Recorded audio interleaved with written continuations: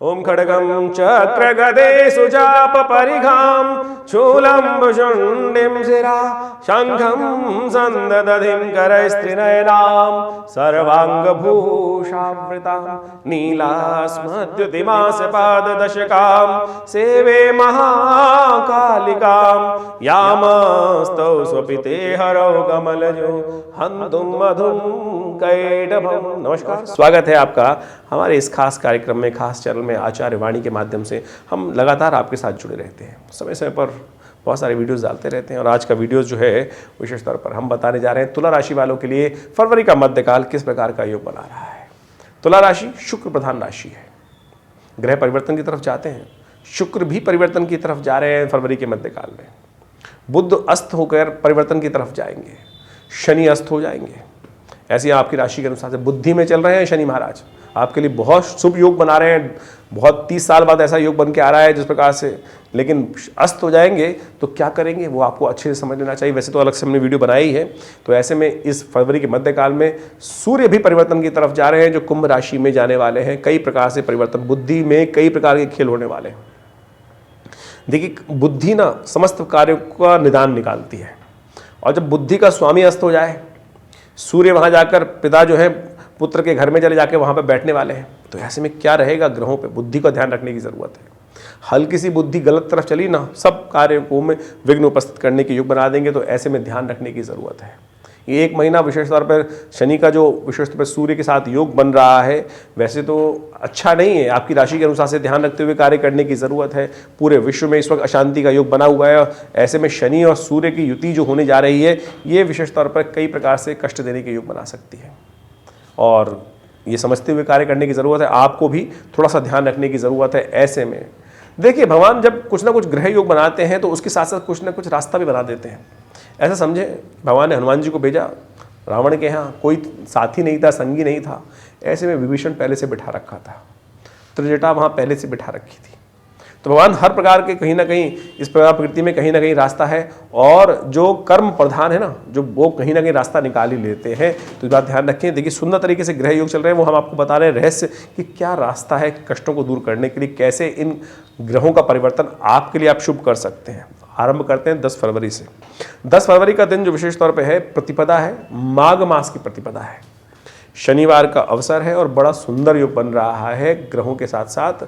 इस मुहूर्त वेला में गुप्त नवरात्रि आरंभ हो रही है, और ये वो सूत्र है माँ भगवती का सानिध्य प्राप्त करने का। ये ग्रह सब एक तरफ, भगवती कृपा से आप सब अपने भाग्य को पुनः बना सकते हैं, कष्टों को निवारण करने का योग बना सकते हैं, कष्टों से बचने का योग बना सकते हैं। पंच बुद्धि को ठीक करने का रास्ता माँ भगवती दुर्गा ही तो है, शक्ति ही तो है। या देवी सर्वभूतेषु बुद्धि रूपेण संस्थिता नमस्तस्यै नमस्तस्यै नमस्तस्यै नमो नमः। हे भगवती, आप मेरे मनोमस्तिष्क में बुद्धि रूप में स्थित रहती हैं, उसको ठीक रखते हुए कार्य करें, इसलिए आपको प्रणाम करता हूँ। ये है ना, तो हमने विवेकानंद योगाश्रम में इस सुंदर गुप्त नवरात्रि पर सुंदर तरीके से 9 दिवसीय यज्ञ रखा है। शतचंडी का सुंदर कार्यक्रम आयोजन किया है। उसमें नित्यपति दुर्गा सप्तशती के 13 अध्यायों का यज्ञ चल रहा है। आप भी सुंदर तरीके से उसमें सम्मिलित हो सकते हैं। अपने नाम को आरक्षित कराकर विद्वान ब्राह्मणों के द्वारा सुंदर यज्ञ में अपने भाग्य को जगाने के लिए लाभ लें, ग्रहों के अशुभ प्रभाव को ठीक करने के लिए रास्ता अपना सकते हैं। यदि हम आपकी राशि के अनुसार से बात करें तो इस दिन ग्रहों का योग जो परिवर्तन की तरफ जा रहा है, ये विशेष तौर पर आपके लिए अनुकूल है। चिंता ना करें, कुछ ना कुछ देव कृपा से रास्ता बनेगा। जो आपसे ईर्ष्या करेगा वो समाप्त होने के योग बनाएगा। तो ग्रह तो ऐसे स्थिति दिखाते हैं, चिंता ना करें। लेकिन बुध का अस्त होना, ये थोड़ा सा आपके लिए विशेष तौर पर ध्यान रखें। बुध आपके भाग्येश हैं, और भाग्य से कहीं ना कहीं रास्ता कम दिखाई दे रहा है। ऐसे में भगवती का, दुर्गा जी का ये मंत्र हमने बताया, या देवी सर्वभूतेषु बुद्धि रूपेण संस्थिता नमस्तस्यै नमस्तस्यै नमस्तस्यै नमो नमः। इसका नित्य प्रति जप करें। इससे ये बुद्ध के अस्त होने का जो प्रभाव काफ़ी 1 महीने तक रहने वाला है, इससे आपको लाभ प्राप्त होगा। हरी चीज़ों का दान करें। ये सब चीज़ करने से आपके ग्रह ठीक रहेंगे। 11 फरवरी को ग्रहों का योग दिखाता है कि द्वितीया तिथि है, साथ साथ शनिवार रविवार का अवसर है, और इस दिन शुक्र भी परिवर्तन की तरफ जा रहे हैं। शुक्र मकर राशि में प्रवेश करेंगे मंगल के साथ। ये आपके लिए बड़ा महत्व, शक्ति का नव संचार करने का सुंदर योग बनता दिखाई दे रहा है। भाग्य अस्त है, लेकिन आप कर्म प्रधान है ना, तो कर्म से भाग्य बनाने वाले योग बना सकते हैं आप। यानी युक्ति युक्त तरीके से कहाँ आगे बढ़ना है, कहाँ पीछे हटना है। मंगल के साथ शुक्र का योग जो बन रहा है, ये बड़ा महत्वपूर्ण आपके लिए रह सकता है। लेकिन शनि महाराज इस वक्त अस्त हो रहे हैं।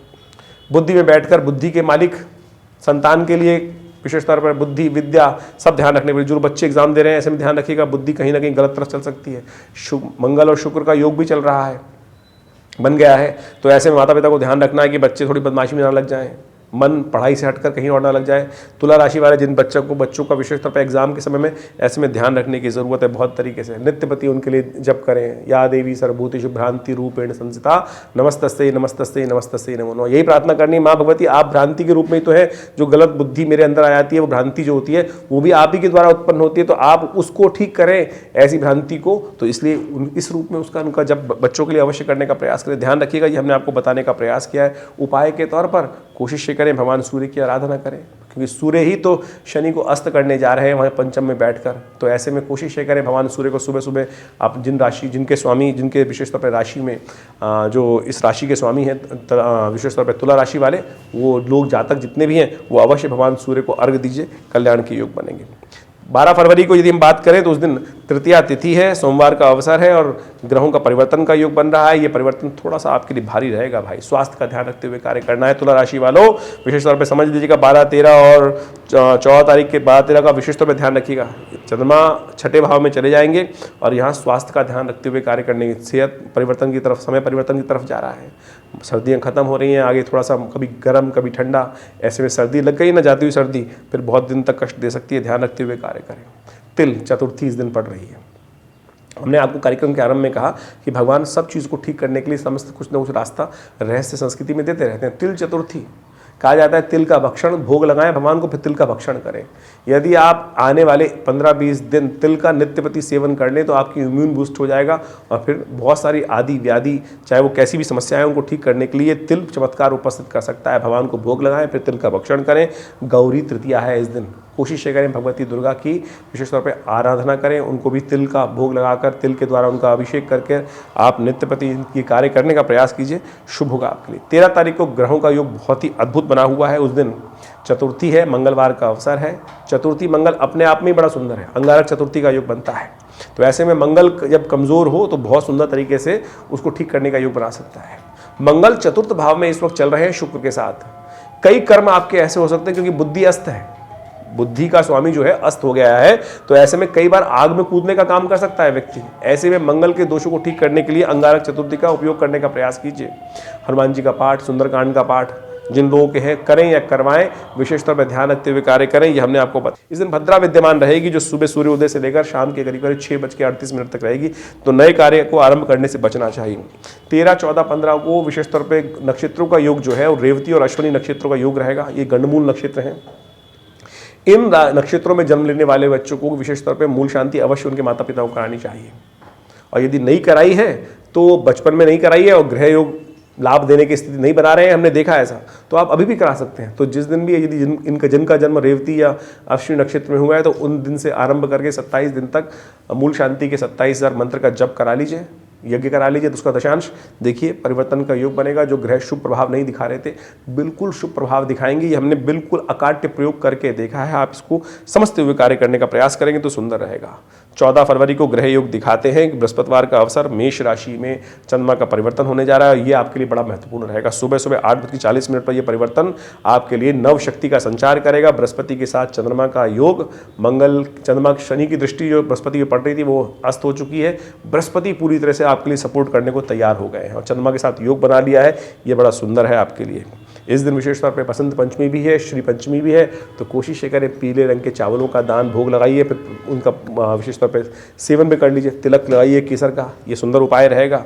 ऐसे में बृहस्पति के दिन ये उपाय कर लिया आपने विशेष तौर पे ये बृहस्पति को प्रसन्न करने का, तो 1 महीने बृहस्पति आपके वारे न्यारे करा सकता है। जहाँ एक अस्त है लेकिन बृहस्पति की पूर्ण ताकत मिलकर आपकी राशि पर पूरी तरह से बृहस्पति की दृष्टि चल रही है, लाभ के स्थान को और पराक्रम वाले स्थान पे देख रहे हैं, तो ये सुंदर योग बृहस्पति का, इसका लाभ लेते हुए कार्य करें। नित्यपति केसर का टीका माथे पे लगाएं, देखिए बहुत सुंदर तरीके से बृहस्पति का सुंदर योग आपको लाभ प्राप्ति के मिलेंगे। पीले रंग के हलवे का वितरण भोग में लगाकर, केसर युक्त हलवा, केसर युक्त चावल, मीठे चावल का भोग लगा सकते हैं, सुंदर उपाय करके लाभ ले सकते हैं। 15 फरवरी को ग्रह दिखाते हैं कि षष्ठी का अवसर है, साथ साथ शुक्र बृहस्पतिवार का योग है। ग्रह योग आपके अनुकूल है, लाभ की स्थिति प्रशस्त कर रहे हैं, आपके प्रभाव को बढ़ाने वाले हैं, लाभ को बढ़ाने वाले हैं, लोगों से आपके सहयोग को बढ़ाने वाले हैं। बस ध्यान ये रखना है कि मंगल इस वक्त चतुर्थ भाव में चल रहे हैं शुक्र के साथ और साथ साथ बृहस्पति सामने है, केवल मैं ना हो जाए। कि हम ऐसे कर देंगे, हम ऐसा करेंगे, हम अपने अपने को ना डांगे, थोड़ा सा सबको साथ लेके चलने का प्रयास करें। हो सकता है कुछ लोग आपसे थोड़ा सा अंदर से खैर खाना शुरू कर दें कि अपनी अपनी चलाएगा, दबेगा दबेगा है नहीं, और फिर हम हमारी से चलेगी नहीं, हम पीछे रह जाएंगे। तो ये स्थिति ना लाए। थोड़ा सा आपने इस प्रभाव को, ये प्रभाव हो सकता है कि इन दिनों ऐसा प्रभाव आपकी राशि के अनुसार से आपके पर्सनालिटी का पड़ना शुरू हो जाए, तो थोड़ी सी काउंसलिंग की ज़रूरत है, लोगों से विचार करने की ज़रूरत है कि भैया हम आपके साथ मिलकर रह रहे हैं, ये विचार अवश्य रखने का प्रयास कीजिएगा, अन्यथा कहीं कष्ट में फंस सकते हैं, ध्यान रखते हुए कार्य करें। 16 फरवरी की यदि हम बात करें, सप्तमी का अवसर, शुक्रवार का योग बन रहा है और इस दिन ग्रहों का योगायोग आपकी राशि के अनुसार से अनुकूल है, बढ़िया है, मार्ग प्रशस्त है, आगे बढ़ने के योग प्रशस्त दिखाई देते हैं। लेकिन सूर्य का जन्मदिवस है उस दिन। देखिए, सूर्य ने इस वक्त आपके भाग्य के विशेष तौर पर जो स्वामी है ग्रह के, विशेष तौर पर बुद्धि के स्वामी है, संतान के स्वामी है, उसको अस्त कर रखा है। जो शनि 30 साल बाद बड़ा सुंदर योग बनाए थे आपकी राशि के अनुसार से, तो वो अस्त हो गए हैं। ऐसे में सूर्य को प्रसन्न करने का प्रयास कीजिए। पिता के घर सूर्य, विशेष तौर पर पुत्र के घर में सूर्य जाकर जो है पुत्र को थोड़ा सा लोप कर दिए हैं, तो ऐसे में ध्यान रखते हुए कार्य करना है। क्या उपाय किया जाए? सूर्य का जन्म दिवस है इस दिन। सूर्य ने आदिकाल से इस दिन प्रकाश देना आरंभ किया था, इसलिए इस तिथि को आरोग्य सप्तमी कहा जाता है, रथ सप्तमी कहा जाता है, संतान सप्तमी कहा जाता है। तो ऐसे में भगवान सूर्य को अर्घ दीजिए सुबह सुबह। ओम अहे सूर्य सहस्त्रांशो तेजो राशि जगत पतये अनुकंपय माम भक्ता ग्रहणर्घम दिवाकरम। सुबह सुबह स्नान इत्यादि कर भगवान सूर्य का दर्शन करते हुए एक लोटे, तांबे के लोटे में थोड़ा जल, थोड़ी सी रोली, थोड़े पीले पुष्प फिर लेकर भगवान को अर्पित कीजिए। और हो सके तो उड़द की दाल का दान कीजिए, सुंदर तरीके से चावल का दान कीजिए, गेहूं का दान कीजिए, आटे का दान कीजिए, ब्राह्मणों को दान कीजिए। ये सुंदर तरीके से लाभ के योग बनेंगे, आपके लिए ध्यान अच्छे योग बनेंगे। भद्रा रहेगी सुबह 8:54 से लेकर शाम के 8 बजे तक। तो नए कार्यों को आरंभ करने से बचना है आपको। जो आरंभ नया प्रोजेक्ट हाथ में लेना हो, बातचीत आरंभ करनी हो, तो 8:54 से पहले फोन करके कर लीजिए। एक बार शुरू हो गया तो फिर भद्रा का दोष नहीं लगेगा। तो बस इसको ध्यान रखते हुए कर लिया तो बहुत सुंदर रहेगा आपके लिए। 17 फरवरी को ग्रहों का योग दिखाता है कि अष्टमी तिथि शनिवार का अवसर है। देखिए, शनि का रोल कैसा चल रहा है इस दिन। 17 फरवरी 8 नंबर, अष्टमी तिथि 8 नंबर, शनिवार का दिन, शनि भी 8 नंबर से मुझे लगता है, तो शनि पूरी तरह से व्याप्त है इस दिन और दुर्गा अष्टमी का योग बन रहा है। तो ऐसे में ध्यान रखें कि आप शनि को प्रसन्न करने का सुंदर कार्य भी कर ले तो बहुत अच्छा रहेगा। माँ भगवती दुर्गा की आराधना करें, माँ काली की आराधना करें, शनि के निमित्त साबुत उड़द का दान कर दीजिए, धर्मयुक्त कार्य कीजिए। पीपल के पास, जो पेड़ के पास जाकर एक तिल का दीपक प्रज्वलित कर दीजिए। सुंदर तरीके सर्वार्थ सिद्धि योग विद्यमान, नए कार्य आरंभ करने के लिए दिन बड़ा अच्छा है। और महादुर्गा अष्टमी है इस दिन, गुप्त नवरात्रि की अष्टमी है। हमने विवेकानंद योगाश्रम में पिछले काफ़ी लंबे 9 दिनों से योग चला रखा है, उसमें भी माँ भगवती दुर्गा की सुंदर आराधना चल रही है। आप भी अपने नाम से इस यज्ञ में बैठ सकते हैं। कल तो पूर्णाहुति रहेगी उस दिन, विशेष तौर पे 18 तारीख को, क्योंकि गुप्त नवरात्रि का अंतिम दिवस है, तो उसमें अवश्य सम्मिलित हो आप। सुबह 8 बजे से करीब करीब यज्ञ आरंभ होगा, 7 बजे से पूजन आरंभ होगा सुबह सुबह, और फिर 11 बजे भंडारा और पूर्णाहुति का कार्यक्रम रहेगा। विवेकानंद योगाश्रम में माँ भगवती का सुंदर शिव विग्रह है, 500 साल पुराना चमत्कारी शिव विग्रह, जो मुल्तान से 1947 में विवेकानंद योगाश्रम में आया था। ऐसे चमत्कारी शिव विग्रह के सानिध्य में बैठकर ये सुंदर यज्ञ किया जा रहा है। आप अवश्य इस दिन विवेकानंद योगाश्रम दिल्ली में लक्ष्मी नगर में स्थित है, आप सब सादर आमंत्रित है। इस यज्ञ में सम्मिलित होकर अपने भाग्य जगाइए। इस गुप्त नवरात्रि के अवसर पर हमने देखा है कि जो भगवती के दर्शन करके यज्ञ में सम्मिलित होते हैं उनकी रक्षा होती है, कष्ट दूर होते हैं, मनोकामना सिद्धि के योग बनते हैं। तो अवश्य आप इस सम्मिलित होने का प्रयास कीजिए इस सुंदर कार्यक्रम में। नहीं हो पाते हैं तो आप अवश्य आप उस अपने निमित्त भी उस यज्ञ में सम्मिलित होने के लिए फ़ोन नंबर से संपर्क साध के व्यवस्थाएं जान सकते हैं, लाभ होगा। 19 फरवरी को ग्रहों का योग समझ लीजिए, दशमी का तिथि है और एकादशी का योग पड़ रहा है। लेकिन उस दिन ग्रहों का योग ऐसा है कि एकादशी का पुण्य अगले दिन रहेगा। कई लोग एकादशी को मान लेंगे उस दिन, लेकिन शास्त्र के दृष्टिकोण से स्मार्थ या वैष्णव संपूर्ण लोगों के लिए 20 तारीख को ही जया एकादशी का योग बन रहा है।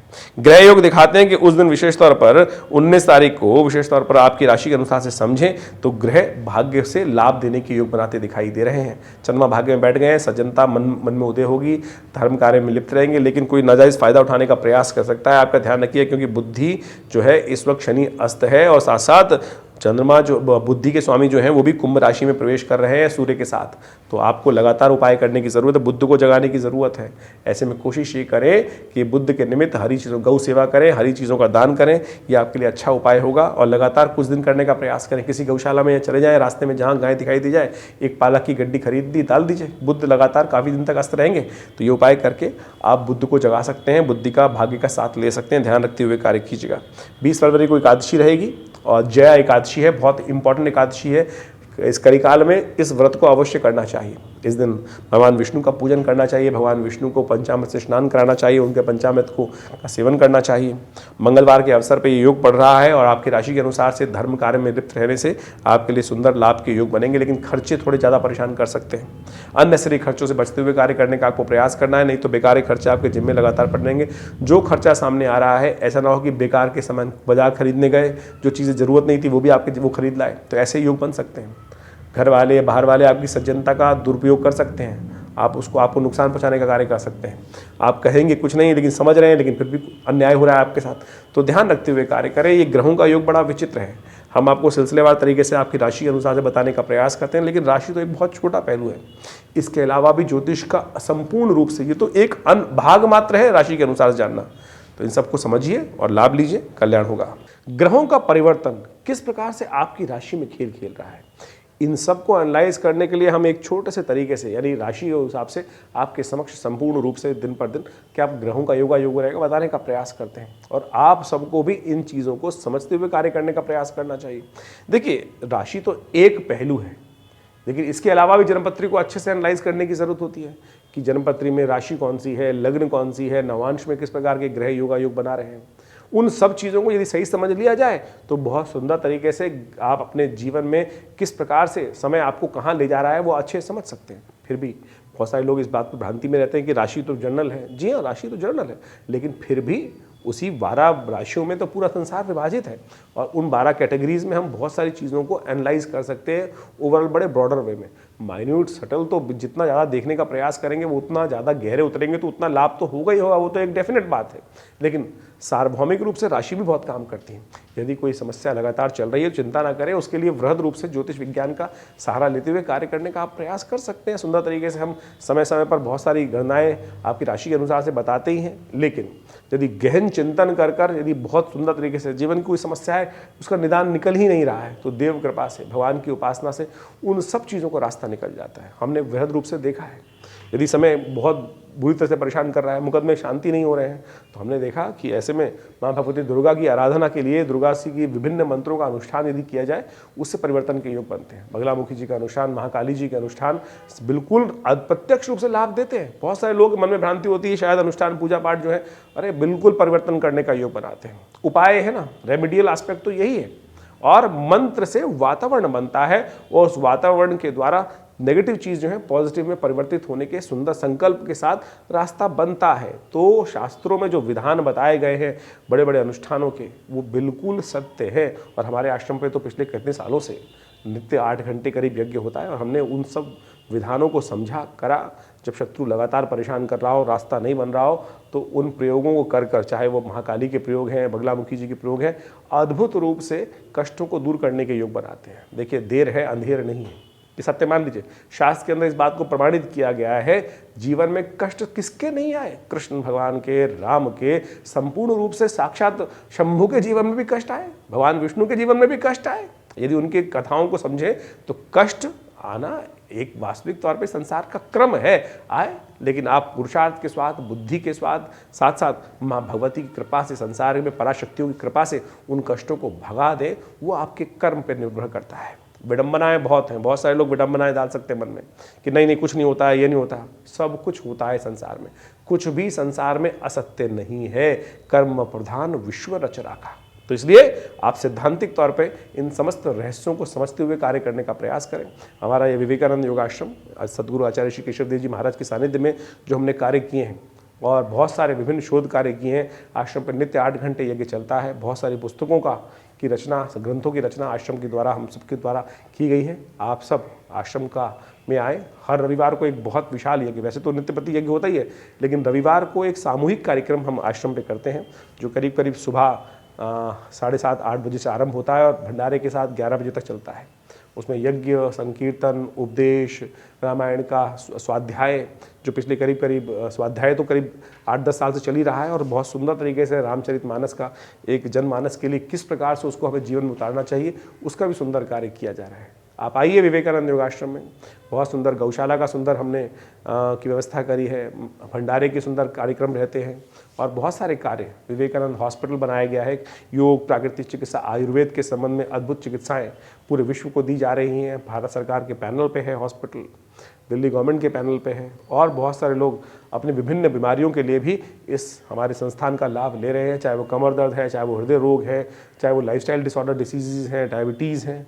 और योग इत्यादि के द्वारा, प्राकृतिक चिकित्सा, आयुर्वेद के द्वारा वास्तविक तौर पर लाभ होता है और हम सब उस क्षेत्र में कार्य कर रहे हैं। संपूर्ण जानकारी के लिए आप विवेकानंद योगाश्रम की जो फ़ोन नंबर्स हैं उन पर संपर्क साध सकते हैं और यदि जन्मपत्री के संबंध में कोई विचार विमर्श करना है तो बिल्कुल उसके लिए भी संपूर्ण व्यवस्थाएं विवेकानंद योगाश्रम में दी गई हैं। आप फ़ोन नंबर्स पे फ़ोन करके संपर्क साध सकते हैं और हमसे मिल सकते हैं। धन्यवाद, नमस्कार।